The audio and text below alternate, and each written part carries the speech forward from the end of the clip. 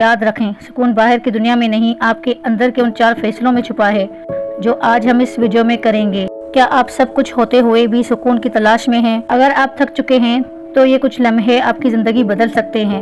हम हमेशा उन चीज़ों का रोना रोते हैं जो हमारे पास नहीं हैं और उन हज़ारों नेमतों को भूल जाते हैं जो हमारे पास मौजूद हैं। ज़हनी सुकून का रास्ता शुक्र से गुजरता है।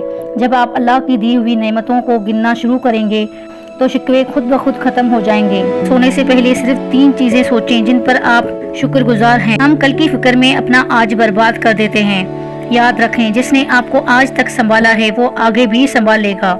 नसीब पर भरोसा रखें, जो आपका है वो आप तक ही पहुंचेगा और जो आपका नहीं है उसे कोई छीन नहीं सकता। जब फिक्र को अल्लाह के हवाले कर दिया जाए तो सुकून मिल जाता है। हर किसी को खुश करने की कोशिश छोड़ दें। सबको खुश रखने वाले हमेशा खुद उदास रहते हैं। अपनी हदूद तय करें। जहां आपकी इज्जत ना हो या जहां आपका वक्त जाया हो रहा हो, वहां खामोशी से ना कहकर देना ही ज़हनी सुकून की जमानत है। ज़हनी सुकून कोई मंजिल नहीं बल्कि एक फैसला है। फैसला करें कि आप अपनी खुशी का इख्तियार किसी और के हाथ में नहीं देंगे। हम अक्सर उन लोगों की बातों और पुरानी तल्ख यादों को अपने जहन पर सवार कर लेते हैं।